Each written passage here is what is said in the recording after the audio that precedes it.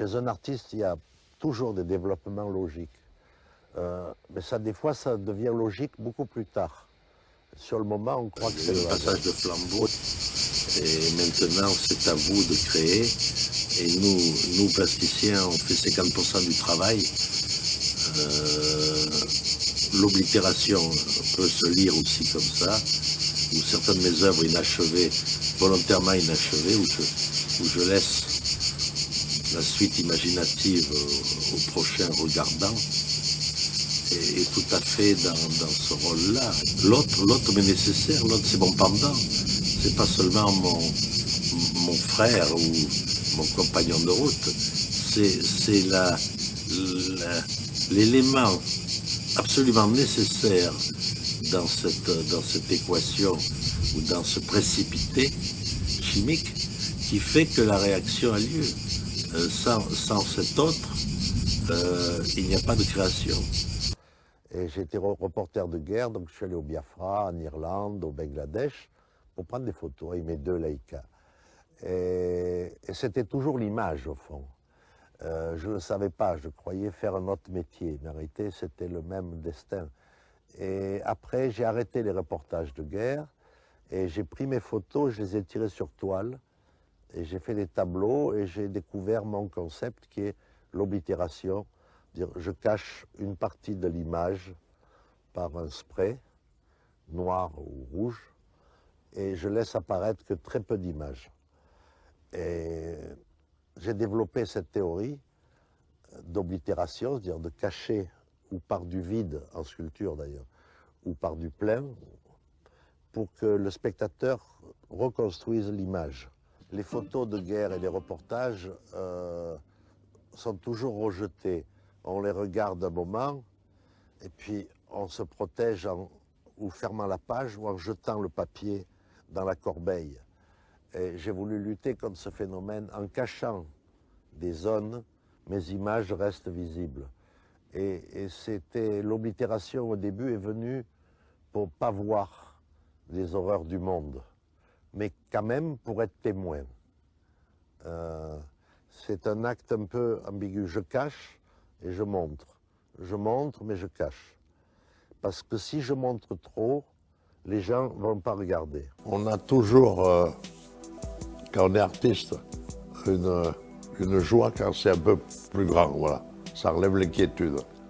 Mais moi, ma grande joie, c'est de faire un pont avec l'architecture, entre la sculpture et l'architecture, c'est-à-dire des choses que j'ai fait comme l'Élysée Palace, Hôtel, ou la tête carrée, où les gens vivent, s'aiment, font des affaires, ou dorment, ou mangent, ou travaillent tout simplement. Dans une sculpture, ça donne une fonction supplémentaire, à mon avis, à l'art et à la statuaire. Une pièce comme ça devient 2 fois utile. Si vous voulez, elle est utile au regard, en esthétique, mais elle est utile aussi dans une fonction sociologique où on reprend une utilité dans la cité. Voilà. Et ça, c'est une grande joie aussi. Des fois, je dis, l'artiste doit faire le trottoir, c'est-à-dire se montrer sur les murs, les façades, les plages, les places, les ronds-points. Et faire le trottoir, ça veut dire se donner à voir aux jeunes et aux vieux, à l'éduquer, aux moins éduqués, et aux riches ou aux pauvres. Donc c'est tout un public nouveau, et donc c'est une manière de sortir un peu du ghetto confortable des galeries ou des musées.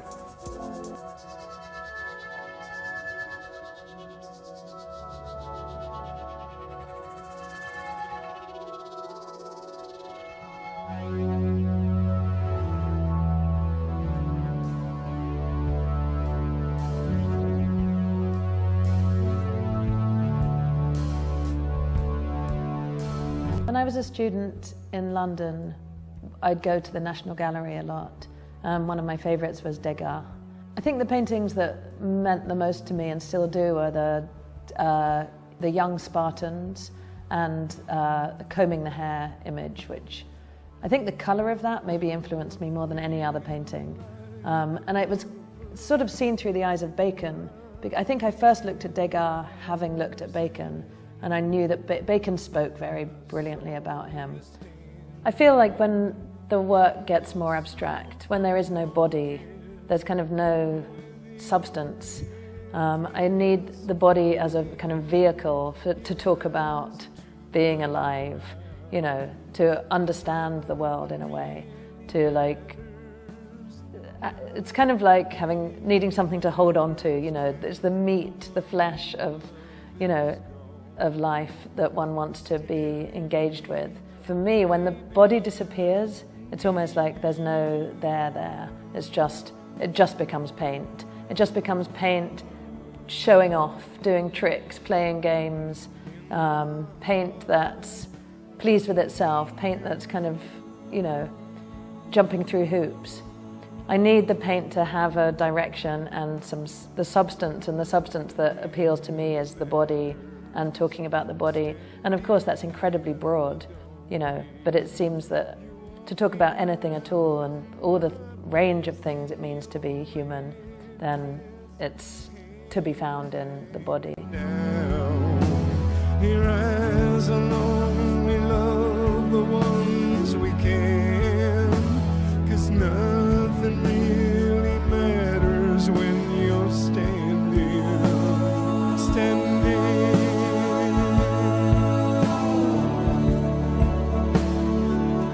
I need you, I need you,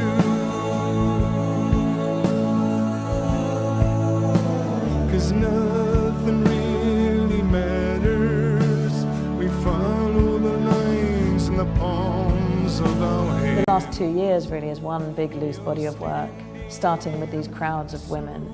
This was kind of a breakthrough for me because I'd been struggling to find a way to depict the figure, and in particular to depict the face. Because there were a crowd of women and many figures instead of just one, it really allowed me to paint faces for the first time, really in years or ever, because I think, as most figurative artists will tell you, the face is so problematic, because famously, if there's a face in a painting, you automatically go to the face.